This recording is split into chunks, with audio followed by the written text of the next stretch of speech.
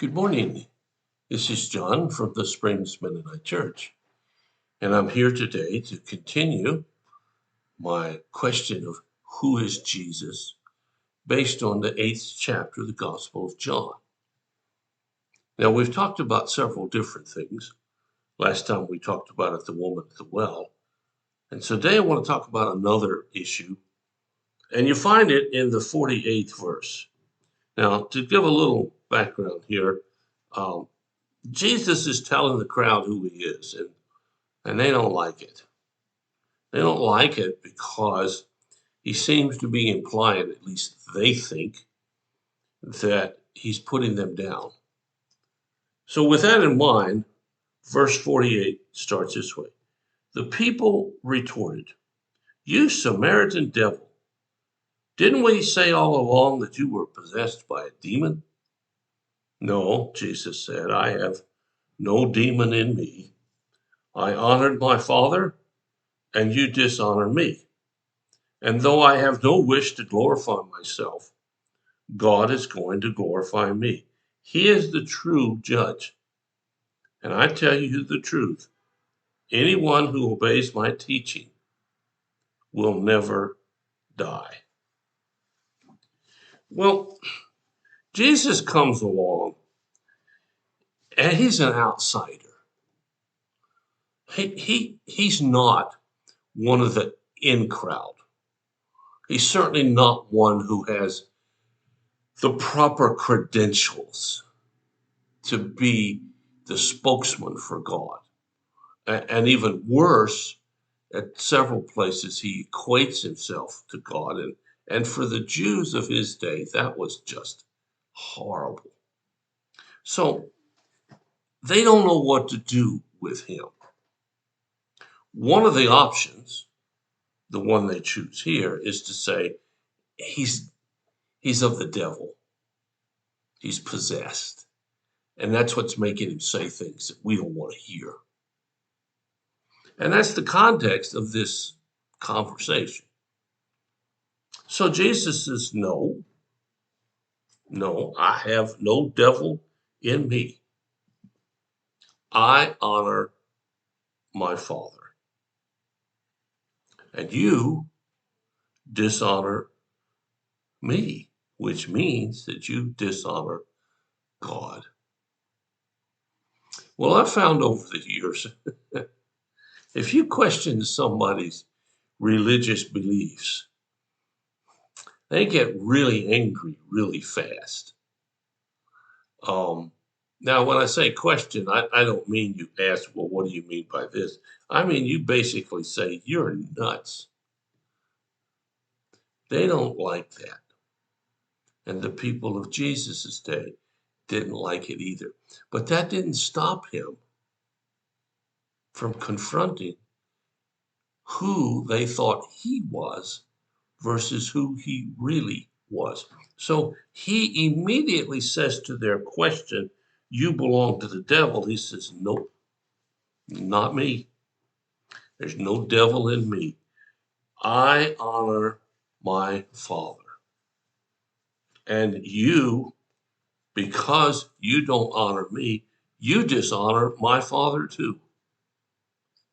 And he says, I don't want any glory, but my Father is giving me glory anyway.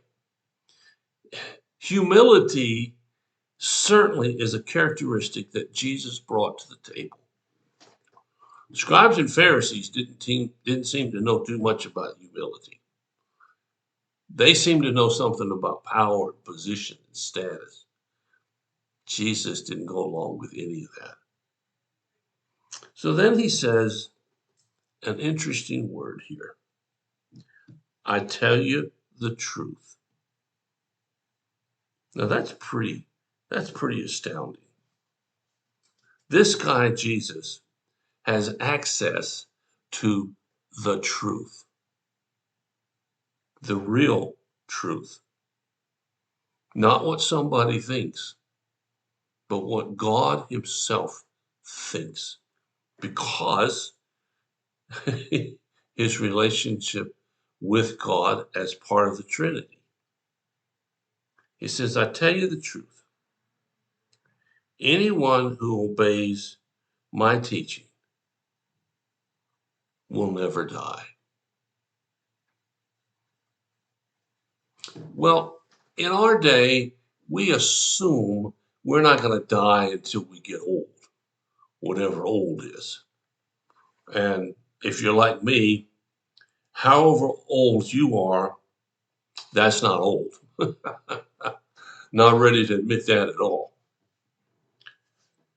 But he says, whoever obeys my teaching, whoever does what I say, whoever lives the way I say, whoever seeks me for guidance, whoever wants to hold my hand through this journey of life.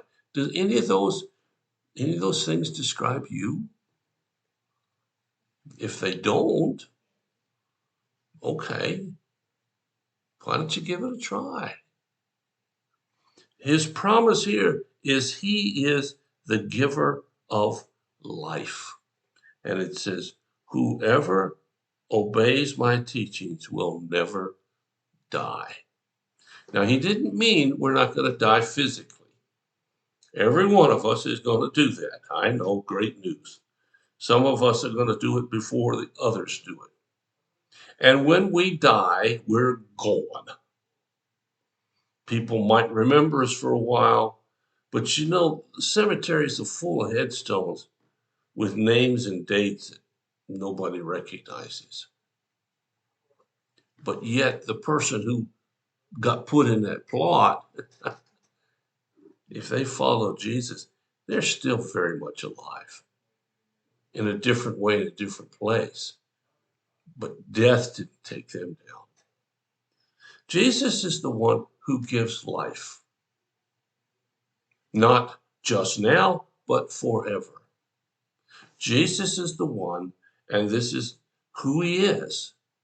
He is the giver of life. There's nothing else that can do that. Oh, lots of things can give you pleasure in this world, but it won't do you any good when you get out. Jesus is the person, the only person who has the power to change your life, not for now, not for tomorrow, but forever. Yep, that's how it is. And I invite you to think about that. Maybe you don't think your life needs changing.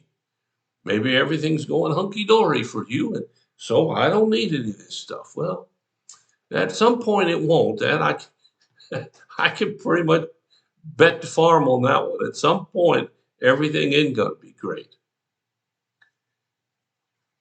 But it can be if we allow Jesus to be who he says he is and follow his teachings. Well, thanks for listening. Hope you have a wonderful day. Hope you got all kinds of bright ideas for the rest of this day. And if you're listening to me later in the evening, well, for tomorrow. If you have a need or a concern, let us know. We'll do whatever we can, as fast as we can, to help meet your need. Thanks for listening. God bless you. I'll be back tomorrow. I got one more chance at talking about who is Jesus from John chapter 8.